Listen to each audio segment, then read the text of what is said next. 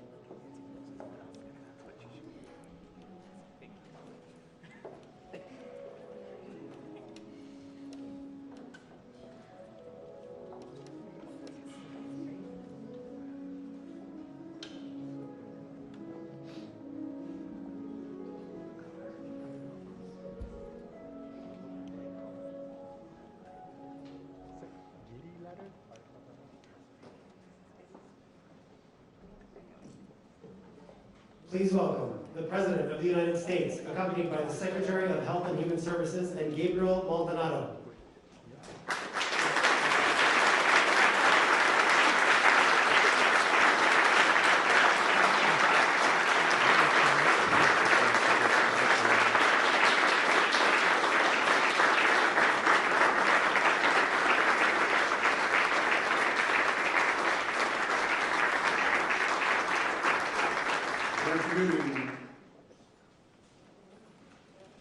It's great to see so many familiar faces and champions of this fight.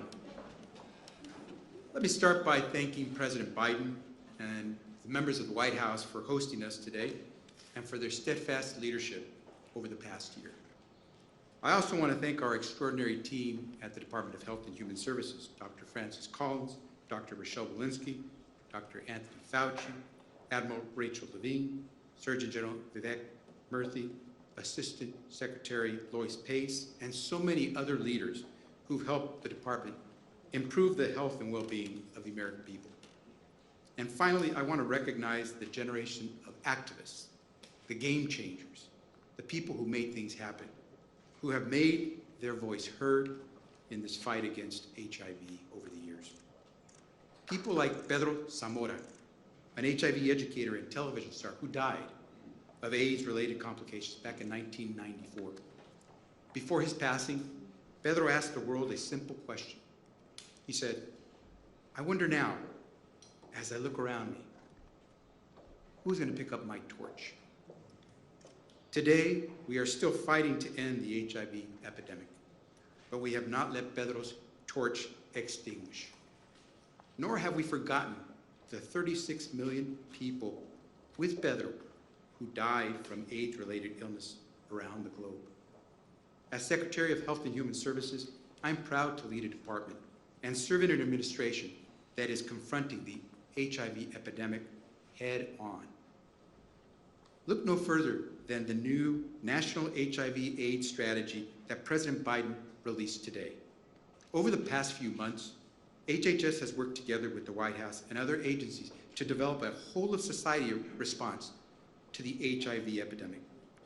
This strategy provides a roadmap for ending the epidemic by advancing equity, expanding resources, and engaging those who have lived with this struggle, including gay, bisexual, and other men who have sex with men, racial and ethnic minorities, especially African Americans and Latinos, transgender women and heterosexual women, people who use drugs, and people experiencing homelessness or unstable housing. Health and Human Services will play a critical role in implementing this strategy. And we're already leading the way through the Ending the HIV Epidemic in the U.S. initiative, EHE. Like the new HIV strategy, the EHE initiative is focused on ending this epidemic by 2030. EHE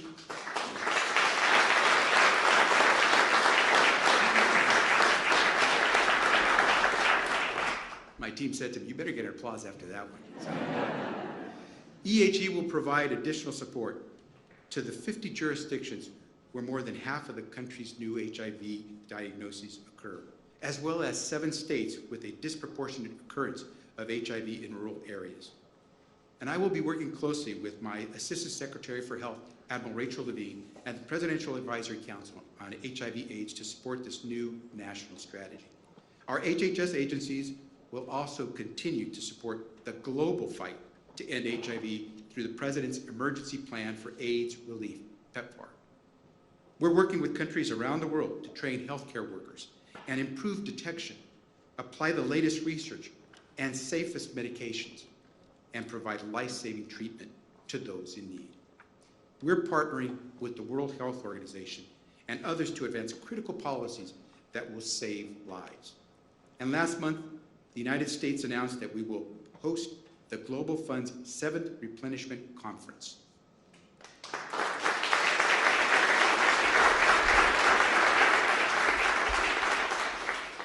Back in June, the Department of Health and Human Services marked the 40th anniversary of the first official report about AIDS in 1981.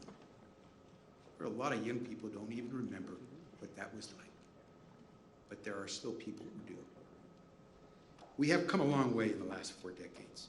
But as this year's World AIDS Day theme reminds us, we still have plenty of work to do to ensure equitable access to HIV services and to end this epidemic. And we need everyone's voice to make that happen. We all have a role to play, whether we are in government, healthcare, the private sector, or community-based organizations. It's on us. On World AIDS Day, we remember all those we've lost, the faces in the frames, the names on the quilts, the millions gone way too soon. Let's honor them the best way we know how, by picking up that torch and keeping it burning. Now, I'm pleased to welcome one of those in our community, a community partner, one of those game changers I spoke about, a fellow Californian, and I better get some applause.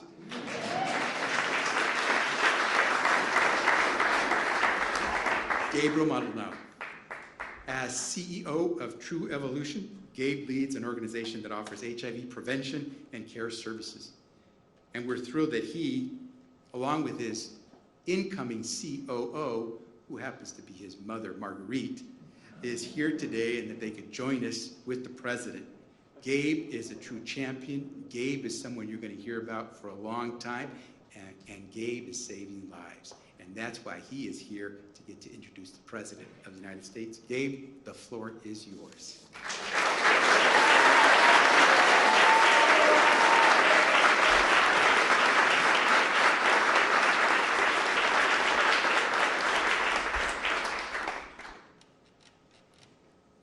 Good afternoon. Thank you to Secretary Becerra for your generous introductions and for making the people of California very proud with your leadership. My name is Gabriel Maldonado, an LGBTQ and HIV advocate and the CEO of True Evolution, a community health and social justice organization serving Riverside and San Bernardino communities in California. I am honored to be here with you today as we celebrate World AIDS Day, an opportunity to not only remember and honor the lives lost over the last 40 years, but to celebrate the lives living and thriving. The advocates, the healers, the freedom warriors who lead the work today. I founded True Evolution in 2007 when I was 18 years old to fight for health equity and racial justice to advance the quality of life and human dignity of LGBTQ people. At that time, platforms like this were scarce for people like me. It has certainly been a full circle moment to be here with you now, sharing a story that is not only my own, but represents millions of my brothers, sisters, siblings who are part of the many vulnerable communities. It is especially the opportunity of a lifetime to be here before you today because my mother is here with me. She was my co-founder and backbone as we built True Evolution. And when the day came to navigate my own diagnosis with HIV, I waded through months of loneliness and guilt. I held a belief that somehow this new circumstance of life would make me unlovable. But Mom said that this was all part of the mission, that life will give us experiences so that we may use them to find ourselves and our purpose. Her words would sustain me as I faced my own difficulties and disappointments when trying to access basic health services in my own community. Those experiences and her words inspired me to turn True Evolution into a direct service provider for the LGBTQ community, including those living with HIV and those at highest risk. Our mission was to create programs and services and deliver care to, for, and led by the people we wanted to serve, as well as a place to employ and develop them. What began in a kitchen counter in my first apartment is today an organization that provides comprehensive HIV care and prevention services, mental health, and emergency and permanent supportive housing. We celebrate our 14th year anniversary this month.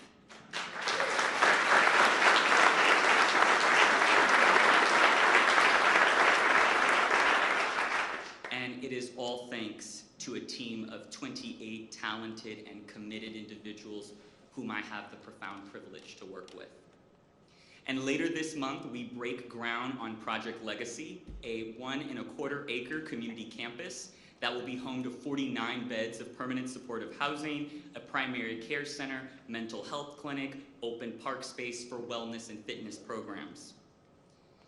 And I think for so many of us who step into advocacy, we often begin in an effort to speak up for someone in our own home, a loved one, a friend, ourselves. And as a gay man, you discover along the journey the endless stories, experiences of struggle and challenge, of poverty, isolation, and injustice. And HIV has been and remains a very real part of the social and cultural experience for LGBTQ people in this country and around the world. Sitting at the center of many intersecting social issues, new rates of infection continue to be driven by factors such as poverty, lack of sexual health education, basic access to healthcare, homelessness, and cultural barriers and stigma. And there still remains so many people whom we've left within the margins. Indigenous and transgender communities, Black and Latin folks, our youth, women, and the millions of people around this country who live in rural and underdeveloped areas. The field of HIV has before it an opportunity to itself to meet the public health needs of tomorrow. The ending of the HIV epidemic is an opportunity to not just focus on the volume of clients and the number of patients served, but to the quality of life and human dignity that we leave them with. This builds on a rich legacy, as HIV Response was first born out of community activism and has always recognized the intersections between HIV, human rights, and civil liberties. I am excited by the opportunity we have today under the leadership of President Biden, with the release of the National HIV/AIDS Strategy, which outlines our collective national work to end the HIV epidemic, the passage of the Infrastructure Investment and Jobs Act, and hopefully soon, the Build Back Better Act.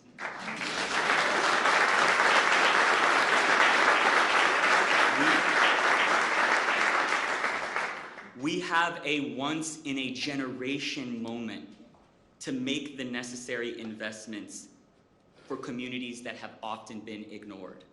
Telehealth and mobile services, the creation of new healthcare facilities, and expanded access to public transportation and roadways for those who live in geographic isolation. This will all help us to end the epidemic. I am grateful, very, very grateful for this moment, to thank and send continued courage to President Biden and Vice President Harris in an era where political leadership requires renewed courage. And on that note, it is my high honor and privilege to introduce the 46th President of the United States, Joe Biden.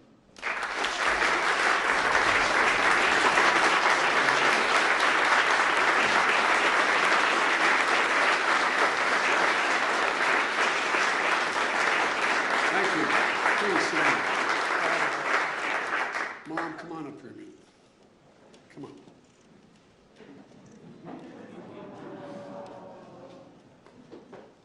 I want you to meet Gabe's mom, who I still believe is more like his sister than his mom. She is the inspiration. She is the reason why this young man has done such incredible things. And it's a simple lesson my mother always told me: listen to your mom. Thank you. Thank you. You deserve a great deal of credit. Thank you. Thank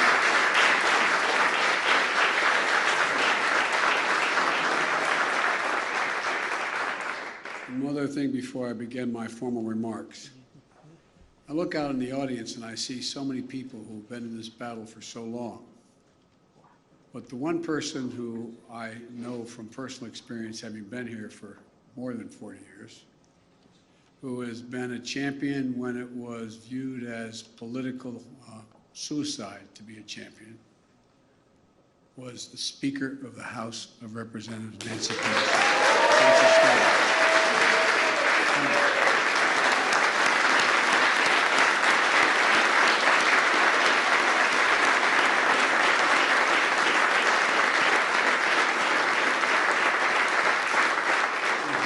Behind her as well, but Nancy, not a joke. You were the one who started that fight in a way that you took it on with such passion. And it was viewed as a political death sentence to take this issue on at the time. But you did it. You fundamentally changed the way we looked at this. You even got George Bush to lead on this too. No, but all kidding aside, I just want to personally, in front of all these people and all the world, thank you for your incredible work. Ladies and gentlemen, I'm also joined by the second gentleman. He's a hell of a lawyer. And I thank him for being here. And Mr. Secretary, thank you for your leadership of HHS. And I want to thank Gabe for sharing his story. Because, you committed your life to this work, Gabe. I don't know whether you had that plan when you began it, but it's amazing what you've done. It's amazing what one person can do. It's an honor to meet with you both and learn more about the work that you're doing together to support your community. Folks, we're also joined today by many who've been part of this effort for decades, including Dr. Fauci, who is He's all things to me.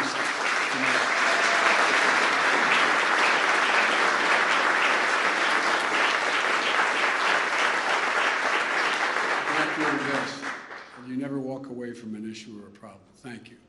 And all of you who contributed so much to this mission of advocating for better prevention services for those at risk of getting HIV and improved care services and living with HIV, breaking down the stigma and disinformation that still exists around HIV/AIDS. I want to thank you. Thank you for your voices, and for putting your hearts into your work, because that's what you do. You put your hearts into work, and people can tell. It's because of all of you and the dedication of scientists and activists around the world that we've been able to dramatically reduce new HIV transmissions and make individuals with HIV today lead long and healthy lives. And you know, it's because of the persistence and resilience of the HIV community that we've changed so much about the way we approach healthcare research and equitable access to services, even relationship between patients and healthcare providers. You know, and it's because of you, and it's not hyperbole to suggest it, that we are within a striking distance of eliminating HIV transmission, within striking distance.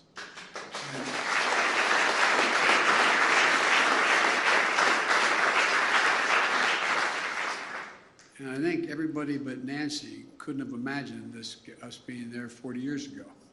But the fact is that when CDC reported the first case of what we now know as AIDS, it's something that we couldn't fully imagine even 20 years ago, before the landmark investments that the United States made through PEPFAR and President's Emergency Plan for AIDS relief. But you made it possible.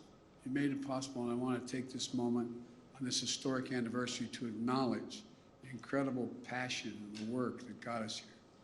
Because I know that so many of you, this is personal. Today, we once more raised a two-story tall red ribbon on the North Portico of the White House to remember how far we've come, the work we have left to finish, and so we never forget the price that's paid all along the way. And so many of you know and relations with people who have, whether they're family members or friends, that you've watched them in the past wither away. In the past 4 decades, as has been mentioned, an estimated 36 million people, 36 million people, including more than 700,000 here in the United States, have died of AIDS-related illnesses. Think about that. That many people, more than almost all the modern wars combined, all the wars combined. Here at home, we saw entire communities devastated by this disease, particularly among the LGBTQ+ individuals and members of racial and ethnic minority groups that he's already spoken to. And a generation that endured the brunt of this epidemic, losing friends, loved ones, family members, partners, instead of being seen and being recognized. And I can recall, if you excuse a point of personal privilege, being, I think, in this very room when a senator who, he's deceased now, so I don't want to mention his name because he can't defend himself, but standing up and saying, along with another guy named Jerry Falwell, this is God's punishment, paraphrasing, God's punishment, finally. Think how much has changed. I mean, back in those days, the willingness of other members of the Senate and the House to stand up and take him on Nancy was there, many of you were there, but it wasn't a universal thing. It wasn't a universal thing. But you all demand to be treated with dignity and with equity.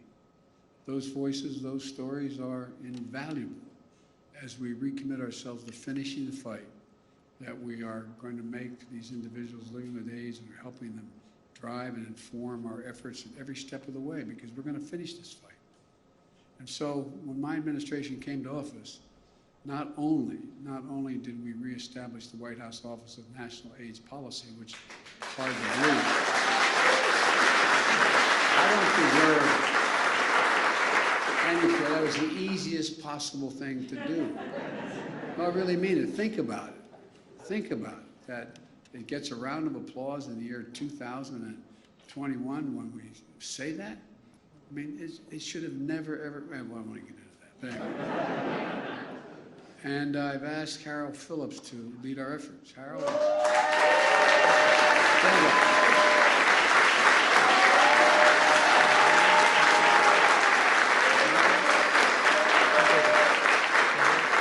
Harold, I think they know you. Harold is dedicated, he has decades of experience working with, to end AIDS, the HIV epidemic, and I want to thank him for his leadership and willingness to join the administration and releasing the National HIV/AIDS Strategy for 2022 to 2025.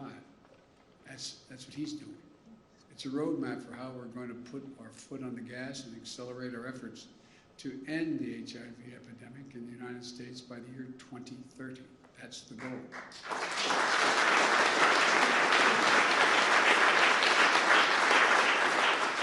And it centers on the kind of innovative community solutions, community-driven solutions that we know will work. It's a plan to make sure that the latest advances in HIV prevention, diagnosis, and treatment are available to everyone, regardless of their age, race, gender identity, sexual orientation, disability, or other factors. It shouldn't matter where you live in the country, or how much money you make, or how you respond to how we have to respond across the board. The HIV epidemic everywhere, and support all people living with HIV.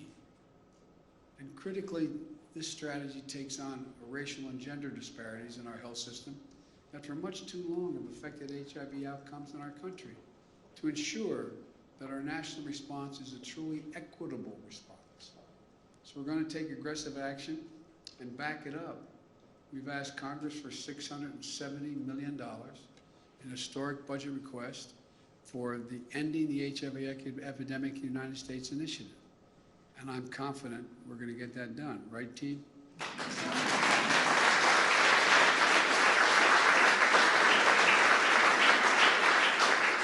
We've got some great congressional champions for this work here today, starting with a woman, as I said, I've already mentioned, as she leader of the issue from the moment she set foot in Congress, starting with Nancy, but also Representative Barbara Lee.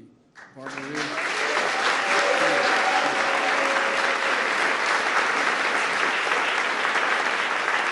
Maxine Waters.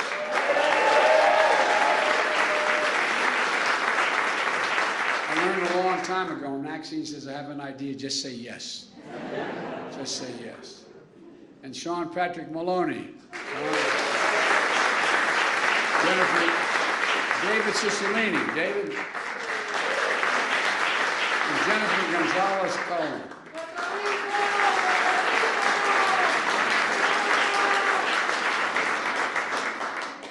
Thanks for all you're doing. I'm going to say not for your support. This is sui generis with all of you. You're just incredibly committed to this. And it's an issue that has a long history of bipartisan support, so looking forward to working across the aisle, God willing. I want to make sure that everyone in the United States knows their HIV status, that everyone with HIV receives high-quality care and treatment that they deserve, and that we end the harmful stigma around HIV and AIDS.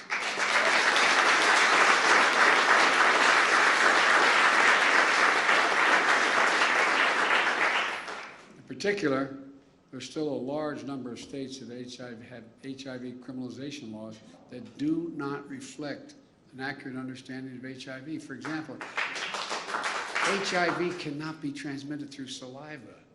There are still laws in the books that criminalize spitting by people with HIV. I mean, this is 2021, United States of America. But we have to follow science, and that means eliminating laws that perpetuate discrimination, exacerbate disparities, discourage HIV testing, and take us further away from our goal. We can do this. And as we accelerate our efforts at home, we're not going to let up on the efforts to fight HIV/AIDS globally. Leading reauthorization of PEPFAR in 2008 was among the highlights of my time as chairman of the Foreign Relations Committee. And at the time, by the way, I was not one of the great leaders in this. I always supported the effort, but it was because I was chairman of the committee.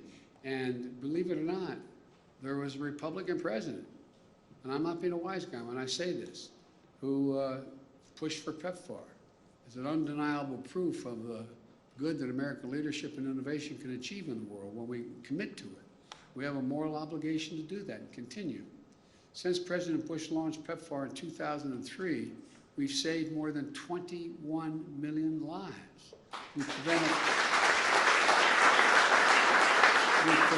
millions of HIV infections, and we've helped at least 20 countries bring their HIV epidemics under control or reach their UN AIDS 90-90-90 treatment targets.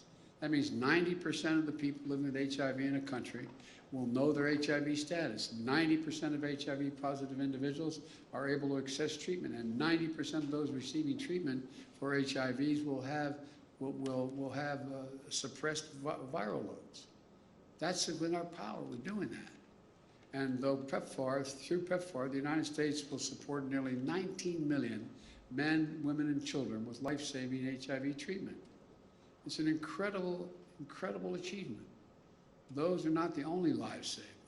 They're communities that are strengthened by the talents and contributions of HIV-positive individuals who are here today leading productive lives and leading the community because of what you've all done.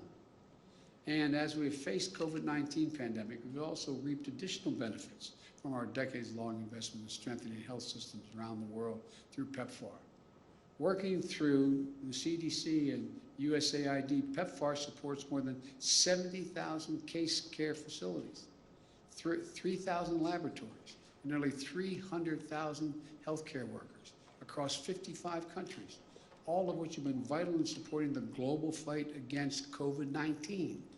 By strengthening countries' ability to fight AIDS, we've also improved our collective ability to fight other diseases. And I want to thank and recognize a guy that I can't believe all he's done, Dr. John Kingasong,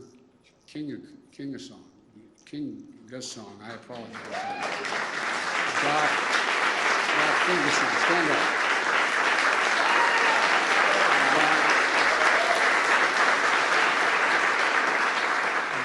Dr. Kingasong, you can call me Joe Biden. But you're helping lead the important work of Omicron variant in his current role as Director of African CDC, and who is my nominee for Ambassador at Large to oversee PEPFAR and our global efforts to combat HIV. I understand you're joined by Peter Sands. Peter, stand up, will you? Executive Director of the Global Fund. This year marks 20 years of the Global Fund, and the United States is proud to be both a founding member of the fund and the largest contributor, and the United States is looking forward to hosting the Global Fund's 7th Replenishment Conference next year here. And so, thank you. We still have a difficult road ahead of us. We can't kid ourselves, particularly addressing the disparities we see both domestically and globally, including the impact of high transmission rates among adolescent girls and young women. And today, as we look back in the past 40 years, where there's been so much pain and suffering, it's a testament to all the hard work represented in this room and around the world, that we're gathered today with hope in our hearts and for the future that's within our grasp. We can do this. We can do this. We can eliminate HIV transmission. We can get the epidemic under control here in the United States and in countries around the world. We have the scientific understanding, we have the treatments, and we have the tools we need. We're going to engage with people with lived experience with HIV and ensure that our efforts are appropriate and effective and centered around the needs of the HIV community, not us, centered around the needs of the community. And folks, together, we're going to save lives. I can imagine no higher calling to which we could be dedicated than our commitment to save lives. And this is the one area where we can get a lot more done quickly. So I want to thank you all again. I'm honored to be with you today. And this is one heck of a group of people who have hearts that are as big as their heads. And thank God, have in those beautiful skulls so much knowledge and capacity. So thank you.